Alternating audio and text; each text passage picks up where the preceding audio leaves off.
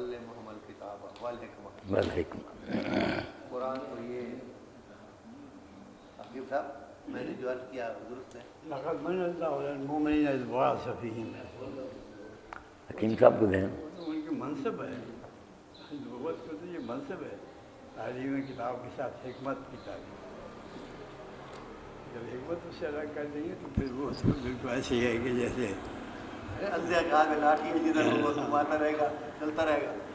حضرت ابراہیم علیہ السلام کی جو دعا ہے اس میں انہوں نے دعا بھی یہ مانگی تھی کہ ان کے اندر ایسا رسول بھیج جو انہیں حکمت کتاب اور حکمت کے ساتھ ان کے سکھائے، وہی ذکی اور ان کے اخلاق کا تزکیہ کرے، پاکیزہ ان کی سیرت کو پاکیزہ بنائے.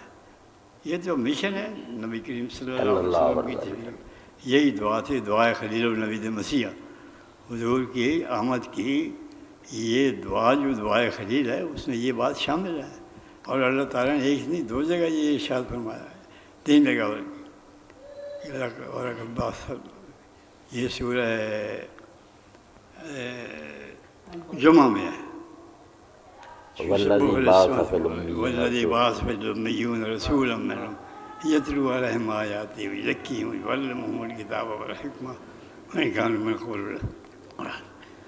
یہ اللہ تعالیٰ کا احسان ہے، کتنا بڑا احسان ہے کہ انسان تو خود عقل دے دی تھی اللہ تعالیٰ نے. عقل بھی انسان کی رہنمائی کے لیے کافی ہے، لیکن اللہ تعالیٰ نے اس کو اس کی عقل پر نہیں چھوڑا کہ عقل جو ہے وہ بھٹک بھی سکتی ہے. کسی کی عقل زیادہ کامل نہیں ہوتی ہے، زیادہ گہری نہیں ہوتی ہے تو وہ حقیقت تک نہیں پہنچ سکتا.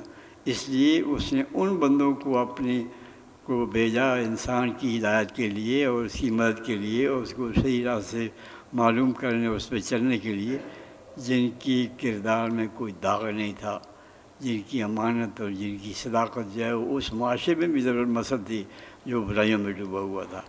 تو اس لیے آج ہمارے لیے بھی یہی ہے کہ ہم تعلیم کتاب و حکمت جو ہے اس سے اپنا جوڑیں. اور نبی کریم صلی اللہ علیہ وسلم جس مشن کے لیے تشریف لائے تھے اور جس مشن کے لیے انہیں بھیجا کیا تھا، اس مشن کی تکمیل آج ہمارا فرض ہے.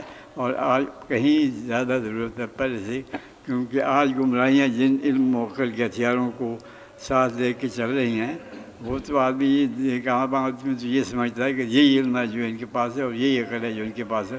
حالانکہ سب لوگ دیکھ رہے ہیں کہ یہ علم و عقل جو ہے یہ خود انسان کی بربادی کے سبب ہو رہا ہے. پہلے اگر تلوار یا تیر سے ایک آدمی مرتا تھا تو اب ایک بم سے لاکھوں آدمی جو ہیں وہ مر جاتے ہیں اور عمر بڑھ کے یہ مفلوج ہو جاتے ہیں. اس لیے اس وقت اس تعلیم کتاب و حکمت کی کہیں سب زمانوں سے زیادہ ضرورت ہے.